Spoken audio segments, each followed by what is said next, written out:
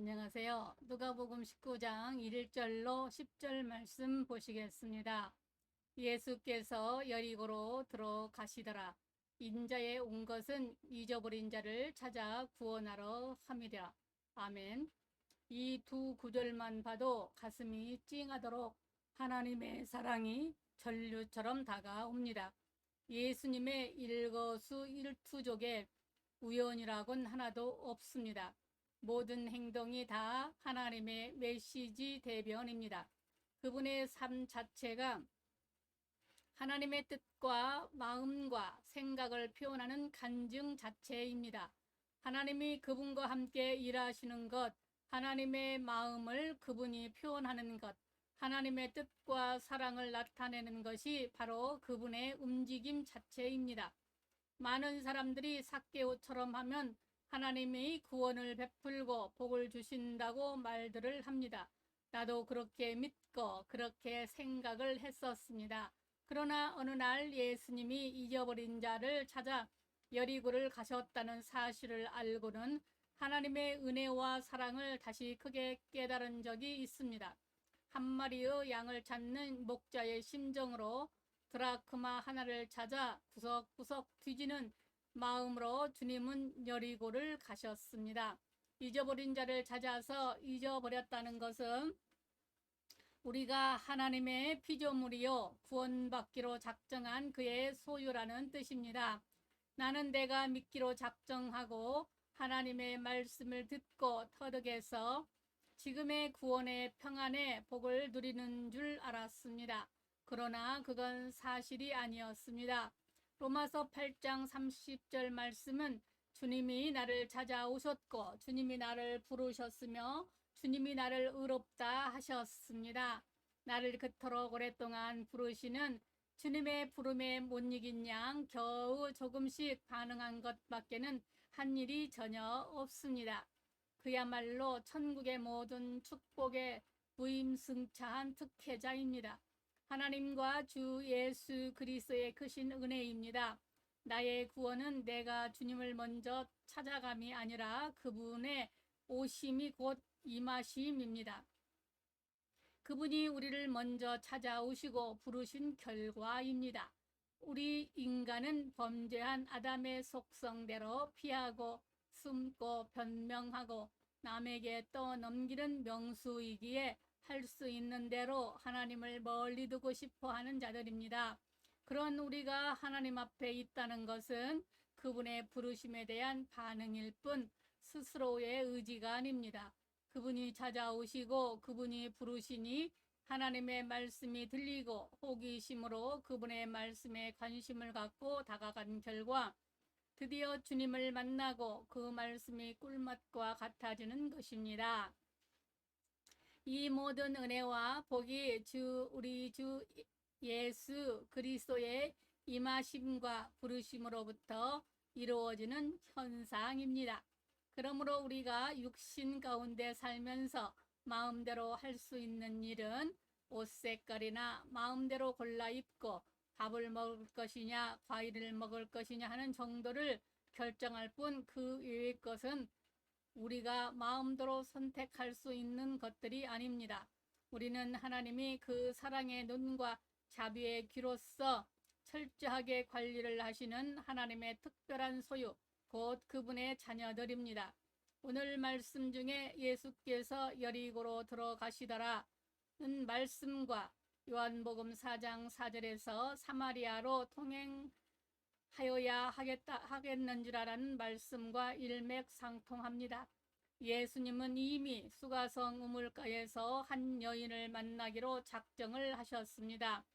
유대인이라면 아무도 거들떠보지 않고 오히려 멀리 돌아다니는 그 길을 내가 가야 한다는 결심을 가지고 사마리아를 지나가시는 것입니다. 왜냐하면 대낮에 남의 눈을 피해 우물물을 길러온 한 여인의 구원이 예수님의 마음에 애약되어 있기 때문입니다. 그 여인이 이 사실을 꿈에도 몰랐습니다. 그날 수가성의 한 우물가에는 상상할 수 없는 일이 벌어졌습니다. 남편을 5이나 두고 살다가 지금의 한 남자도 그럭저럭 함께 사는 한 여인이 창조주를 만난 것입니다. 그분은 마땅히 만물의 왕으로 대접을 받아야 함에도 그 자리를 잠깐 비우시고 인간의 모습으로 오셔서 가장 먼저 구원의 비밀, 그것도 살아계신 거룩한 하나님께 예배하는 비밀을 가르치러 사마리아로 가신 것입니다. 우리는 그 사건을 보면서 그분의 사랑이 어디까지인지 도무지 상상할 수가 없습니다. 참으로 어처구니 없는 은혜요 사랑입니다. 나는 언젠가 주님이 나를 찾아오셨다는 이 사실을 깨닫고 인생이 확 바뀌었습니다. 하나님이 나를 찾아오셔서 말을 거시고 설득하시고 달래시고 그토록 오래 참으심으로 이제 겨우 귀로 듣고 눈으로 보고 마음으로 믿고 그분을 입고 먹고 마시고 그 안에 살도록 만드셨습니다. 이 모든 것이 다 잊어버린 그분의 양들, 그분이 창조한 피조물들 중에 특별하게 그분이 진리의 말씀으로 낳으신 그분의 것, 그분의 자녀들을 찾으시는 그분의 집념의 결과입니다. 절대로 우리가 시작한 구원이 아닙니다. 그러므로 우리의 구원 또한 절대로 중단되거나 포기되지 않습니다. 왜냐하면 그분이 시작하셨기 때문에 그분이 끝을 내실 것이기 때문입니다. 예수님이 나를 찾아오셨다. 그리고 말씀을 거셨다. 구원과 복은 이미 끝이 난 것입니다. 성경의 하나님의 언약은 이미 모든 것을 다 포함되어 있습니다. 아브라함아, 너는 복의 근원이 될 것이다. 창세기 12장 2절 말씀입니다. 이 한 말씀으로 아브라함의 운명은 이미 결정된 것입니다. 다만 아브라함이 복이 되는 과정만 남아 있을 뿐입니다. 그것도 하나님의 사정 때문이 아니라 악하고 못된 인간의 속성 때문에 하나님이 주신 은혜가 아주 더디게 적용될 뿐 하나님이 인색하거나 게으른 탓이 아닙니다. 다만 성경이 이토록 길게 기록된 이유는 하나님의 계획이나 뜻과 약속은 아주 명확하지만 인간이 매우 복잡하다는 뜻입니다. 성경이 복잡하고 온갖 잡동사니가 뒤섞여 있음은 우리의 거울이기 때문입니다. 하나님이 우리를 찾아오시고 잊어버렸던 우리를 다시 회복시키고자 하지만 우리는 그토록 오랫동안 그분의 자비의 말씀을 듣지 않고 음탕한 고멜과 같이 오락가락한다는 사실을 성경의 인물들의 이야기를 통해서 시뮬레이션으로 보여주고 있는 것입니다. 그 사랑의 하나님이 유대인으로부터 로마의 빌부터 동족의 돈을 뜯어먹고 사는 매국노라는 소리와 함께 민족의 배반자라는 비난을 받고 살고 있는 세무서장 삭개오를 구원하러 여리고로 가십니다. 갈등이 많고 마음에 고통이 많은 삭개오를 찾아가십니다. 예수 그리스도가 여리고로 오신다는 소식은 삭개오의 호기심만 자극한 것이 아닙니다. 삭개오에게 예수님 그분을 한번 봐야겠다는 마음이 들도록 하십니다. 삭개오는 그분이 보고 싶어졌습니다. 군중들 틈에서는 키가 작아 예수님이 보이지 않으니 길가에 있는 뽕나무에 올라갑니다. 왜 그렇게 하는지 지금 삭개오 스스로는 모릅니다. 그는 주님의 찾으심의 인력에 자석처럼 끌려가고 있을 뿐입니다. 예수님이 뽕나무 밑을 지나가시다가 삭개오를 바라보십니다. 그 자비로우신 눈과 마주친 삭개오의 심정을 여러분이 헤아려 보십시오. 아마 만감이 교차할 것입니다. 도무지 필설로 표현하기 힘든 강력한 사랑의 전류가 둘 사이에 오고 갔을 것입니다. 지극히 우연히 일어나는 일 같으나 우리 하나님 아버지는 이 보잘것없는 한 사람을 구원하시기 위해 그토록 오랫동안 준비를 하신 다음 이렇게 직접 찾아오신 것입니다. 드디어 그 하나님의 입으로부터 말씀이 나옵니다.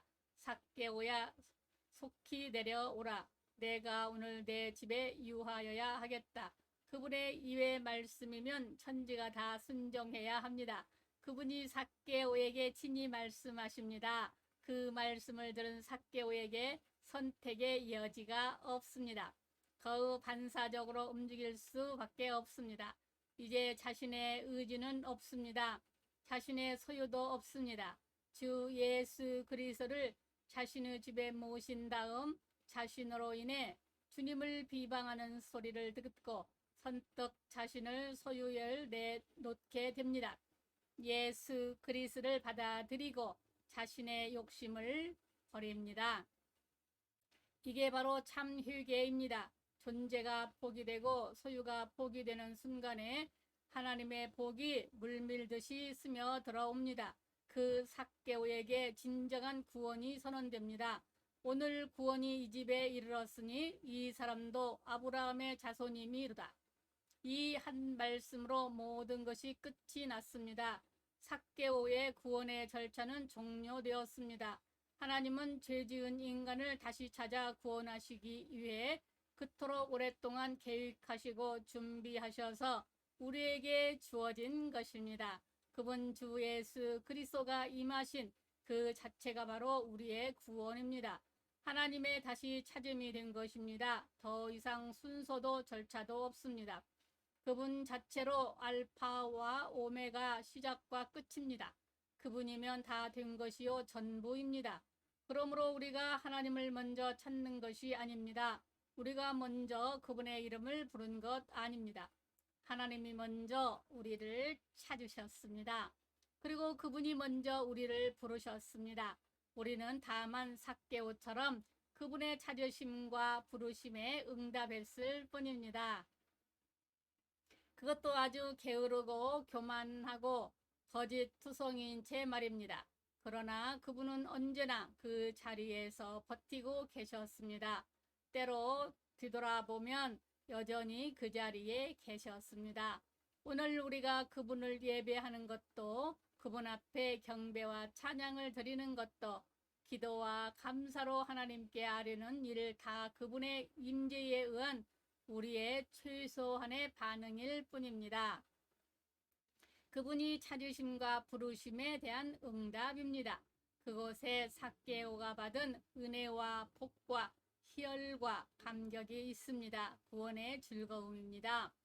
오늘 또 우리는 우리 주 예수 그리스도의 찾아오심과 그분의 부르심에 감사하여 아멘 주 예수여 어서 오시옵소서 하고 영접합니다.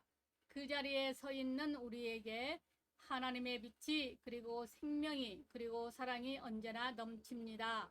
할렐루야. 감사합니다. 우리 주 예수 그리스도의 이름으로 사랑하고 축복합니다.